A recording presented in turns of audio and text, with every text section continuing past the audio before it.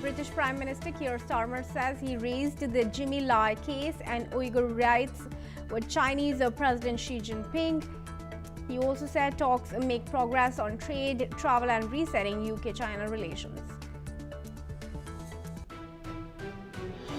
Iran says its armed forces are ready to respond immediately to any US strike. The warning comes as Trump reiterates military threats and US forces deploy to the region.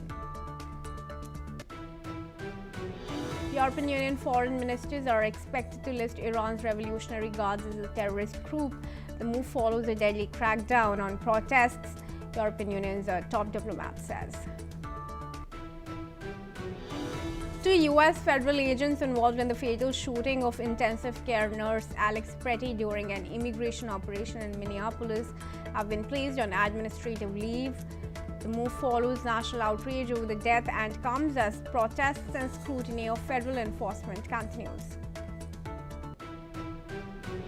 Israel's parliament gives initial approval to the 2026 state budget, averting an immediate early election. The spending plan still faces a tough final vote amid coalition divisions. Dozens are killed after RSF drones hit the town of Dilling in South Kordofan. As per local media report, the strikes target military positions and a central market. China executes 11 people linked to Myanmar-based scam gangs. State media reports, Beijing says the move targets key figures in cross-border cybercrime. A plane crash in northeast Colombia kills all 15 on board, including a local lawmaker. The aircraft loses contact minutes after departing Cúcuta after a flight to Oaxaca.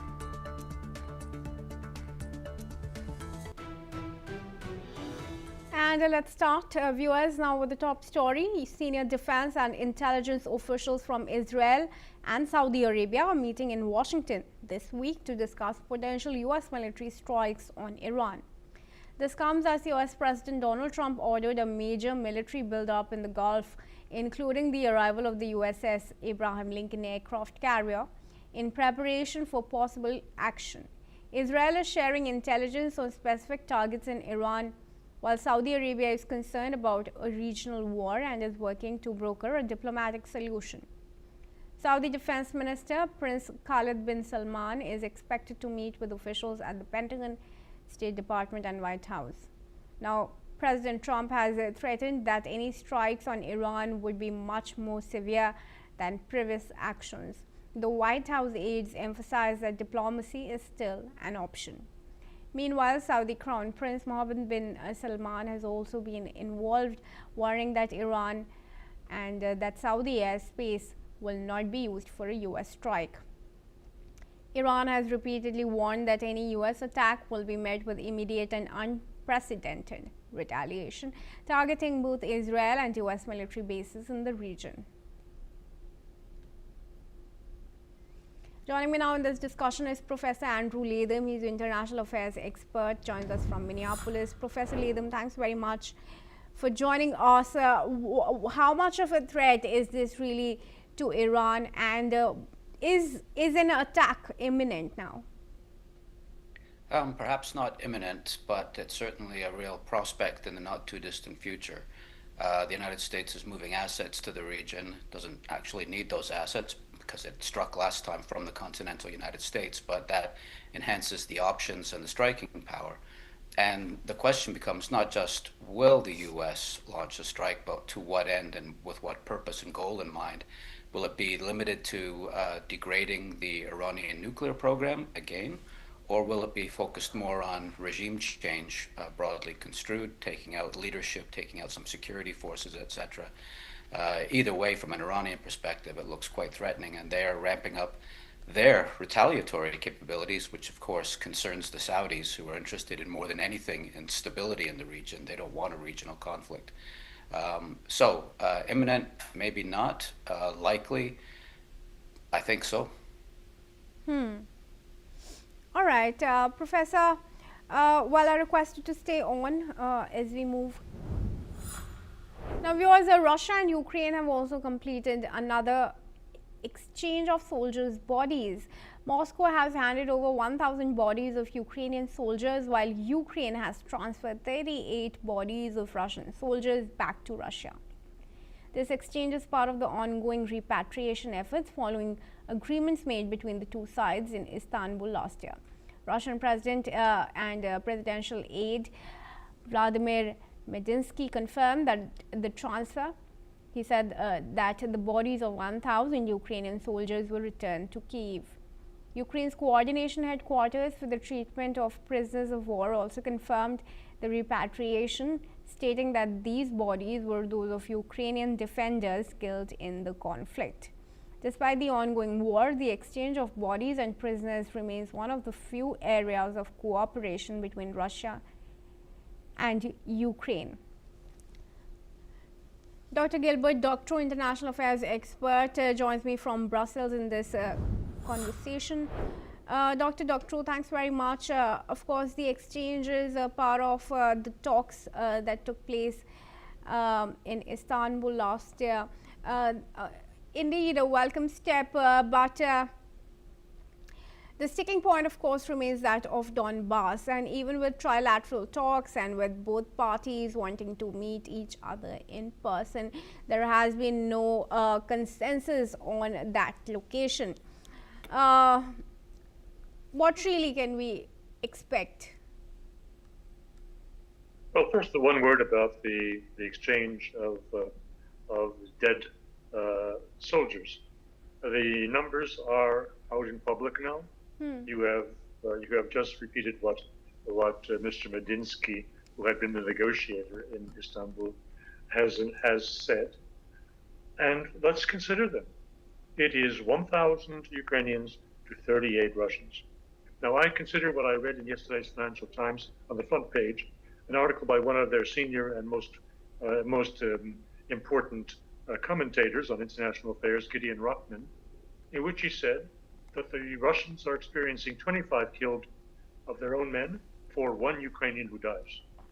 This gives you a sense of the propaganda that Western media have been spreading from information that they receive from Kiev, which they do not review seriously. They simply pass it along to the broad public.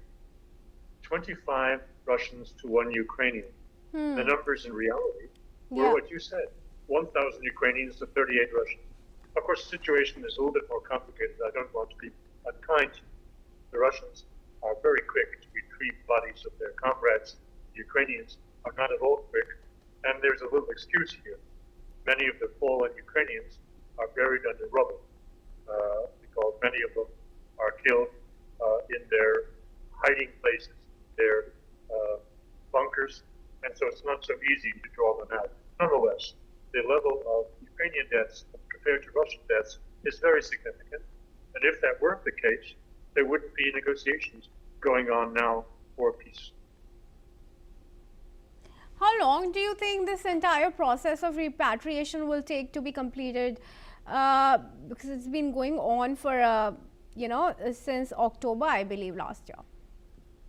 The observations of Mr. Peskov, the spokesman for Vladimir Putin, a few days ago was that that Donald Trump is rushing this. He wants to go very fast, and the Russians are doing their best to speed things up. So there are reasons for it.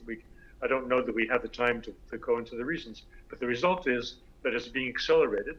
And so I think there'll be a conclusion of all this. The peace negotiations should conclude very quickly in the next few weeks, not in the next few years. What about the larger question of the issues of contentions that still remain? Of course, the most contentious issue in the public domain is the question of territorial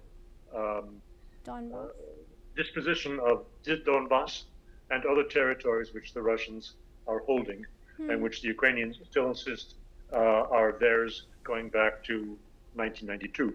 No, it is a foregone conclusion that the Ukrainians have accepted that they will lose these territories. In fact, yesterday, Kaja Kallas, who is no friend of Russia, to be sure, was saying that the end result, it will be that the Ukrainians lose the Donbass and the several other territories that the Russians are now occupying. So it is a given that the meetings in Abu Dhabi are about technicalities for implementing the evacuation of Ukrainian forces from the Donbass. Right.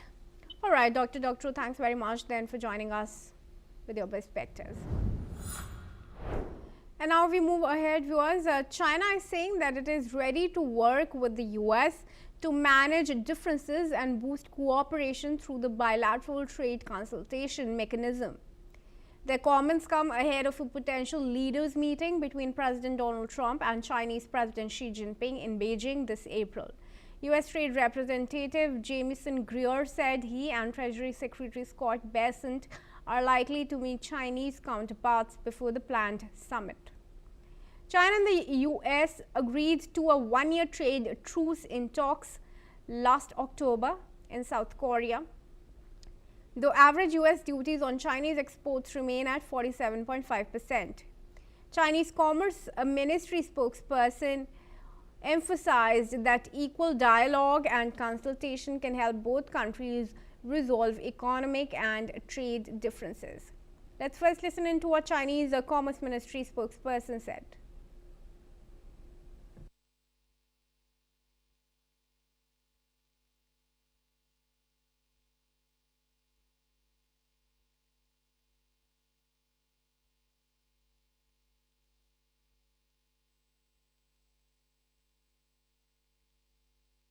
All right, viewers, we apologize for those lost audio files, but we're now joined in by Professor Andrew Latham in this discussion. Professor, U.S. tariffs on China, of course, remain high, but how do you think that the trade imbalance can be addressed, especially when with Trump targeting his long-standing traditional allies, it's opened an entirely new market or a bigger market, if not new, for China? Well, that's right. I think both Washington and Beijing have a vested interest in dialing down the trade tensions. The Chinese economy is not doing well, not in the short term, the medium term, and the long term. It's looking really quite bad, and the Chinese government understands this and would like to have a more structured economic rivalry with the United States rather than unconstrained, unlimited economic warfare. And from Washington's perspective, the same is true, not because of economic reasons, although they're at play, but the United States has worldwide concerns having to do with Russia and Ukraine, what's happened in Venezuela and the Caribbean, etc. So it would like to reduce tensions with China as well.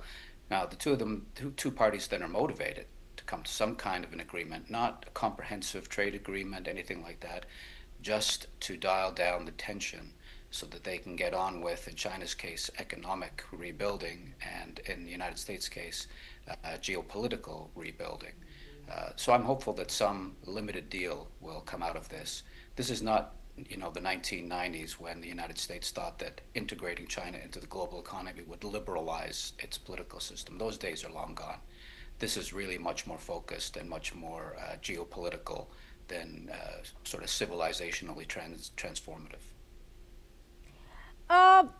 Professor Latham, this is also in fact coming just after China's trade surplus recently hit $1 trillion mark.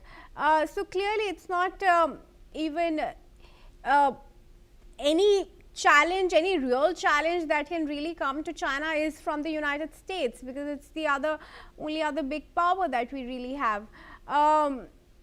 What then can really be done to address that? Well, there can be the tariff war can be eliminated. The non-tariff barriers can be reduced. I'm sure China is looking at India striking all these free trade deals with the UK and the European Union and possibly the United States in the not too distant future. So it's not just a bilateral contest between China and the US. There's other players involved as well. And recent reports coming out of Beijing, one study suggests that by the end of this century, China's population will have dropped to 450 million people, When I talk about long-term demographic challenges, those are the sorts of things I'm talking about. And the Chinese leadership has an eye on that and wants to begin addressing that. And that requires some tranquility in terms of international markets. So China might have a trade surplus at the moment, but the Chinese leadership is looking at the medium and long term and saying, we need some breathing space now so that we can begin to address these deep structural problems. And I think their willingness to talk to Washington is grounded in that. And then, as I said earlier, Washington has its own motives. And so the prospects for some kind of tentative deal, I think, are pretty good. Well, if it was not for the manufacturing dominance that China has, do you think it would have been able to enjoy this trade surplus? And really, what are the flip side of having such a huge trade surplus? Well, there's a trade surplus at the moment, but again, Beijing is concerned that that surplus is beginning to erode, not just because of tariffs, but because Chinese wage rates are going up and it's becoming less competitive in the global market in certain sectors. So it still dominates some sectors. The whole green energy sector is dominated by China, for example, but it's doing less well elsewhere. And its internal market is suffering as well because of that contraction of it. It's now, the replacement rate is 2.1 kids per marriageable age woman, and China is now down to 1%. And it's sunk to that level faster than South Korea did by a huge margin. The Chinese leadership is looking at this and they're saying, okay, we are facing real challenges in terms of our export market right now, but those deep challenges are much more troubling for the legitimacy of the Communist Party. We've got to address those. So I think it's really important to keep one's eye on both the short-term challenges having to do with trade surpluses declining, but also the longer-term challenges having to do with the internal market collapsing and China's population declining radically. It'll be about a third of what it is now by the end of this century. You put all of that together and you have, I think, a highly motivated Chinese Communist Party, Chinese leadership that really wants, as I said, to negotiate some breathing space with the US and perhaps looking to India, maybe wants to strike some better deals with the Europeans, for example, and other major markets around the globe. All right. Finally, what role do you think and how much of a role actually do you think semiconductors and rare earth elements really have in this trade deficit or imbalance? Oh, I think it's huge. The United States is very, very sensitive these days to the supply chains around critical minerals and rare earth elements. Those are important not just economically, but in terms of manufacturing American weapon systems. The F-35 fighter, for example, is very dependent on rare earth elements, and the supply chains lead through China. You can see how that would be a strategic disadvantage. So the United States is taking real clear measures to disentangle itself from the Chinese supply chains, but also to reduce China's leverage globally by providing alternative sources of these rare earth elements and other critical minerals. And so I think we're going to see, in terms of these negotiations, we're going to see a lot of emphasis on that as well. We've already seen that in terms of the tariff wars and whatnot. But that is a major concern in Washington, strategic and economic, and it's likely to figure quite prominently around the negotiating table. All right, Professor Latham, thanks very much then for joining me in this discussion. Moving on, viewers, to news from the UK. People on the streets of Beijing are now reacting to Prime Minister Keir Starmer's visit to China. Local residents have said that the trip is motivated by economic factors, pointing out Europe's struggling economy after Trump's tariffs. Both Starmer and China's President Xi Jinping emphasized the need for stronger ties between the two countries. The visit is seen as a move to strengthen economic and diplomatic relations. Let's listen in to what Beijing residents have said. 还是欧洲这些领导人还从经济方面考虑吧，因为本身好像通过这个特朗普加关税啊各方面的，就是欧洲这边经济都不是很好，法国啊、这个德国啊、英国呀，所以这些元首来华访问还是经济合作方面是一大就是重要的需求吧。然后扭转一些国内的一些矛盾，什么失业率啊之类的，我觉得是，也是看清了现在的一形势吧。留学生的学费来讲，还是对他们是有一定的重要贡献的。然后，可能加大一些在学生方面的交流、青年人的交流，也是对未来的两国这个整体的一个关系的一个巩固吧，也是能着眼于未来，然后让两国的人民更多的交流了解，对两国的关系会有很大的帮助。首先感觉，之前的话就是英国首相的话，大家都还停留在那个布莱尔那个时候，然后现在的话感觉，差不多，他后来可能是更换的比较密切啊之类的，还是就是新闻宣传的侧重点不一样了。我感觉现在我们的关注没有那么多。Now moving on, China's defense ministry has confirmed that a probe into 2 former high-ranking Chinese generals is a major achievement. The investigation focuses on Zhang Shujia, the second in command under President Xi Jinping as vice chairman of the Central Military Commission, who has long been considered Xi's closest military ally. Alongside Zhang, Liu Zhenli, the chief of staff of the CMC's Joint Staff Department, is also under investigation for suspected serious violations of discipline and law. The Defense Ministry emphasized that despite these probes, China continues to engage in talks with militaries from around the world. Let's listen in. 我们坚决反对对中方有关反腐行动的污蔑抹黑。中国军队在党的坚强领导下，始终秉持开放合作理念，将继续与各国军队开展对话交流，深化军事互信，加强务实合作，为国际和地区和平稳定贡献中国力量。坚决查处张又侠、刘振立是党和军队反腐败斗争取得的重大成果，是党和军队有决心、有力量的重要体现，对于打赢军队反腐败斗争攻坚战、持久战、总体战具有重要意义。Now moving ahead, Danish Foreign Minister Lars Løkke Rasmussen has said that talks between Denmark, Greenland and the United States over Arctic territory have gone well with a constructive atmosphere. Although no final decisions have been made, Rasmussen expressed caution about meeting with the European Union colleagues in Brussels.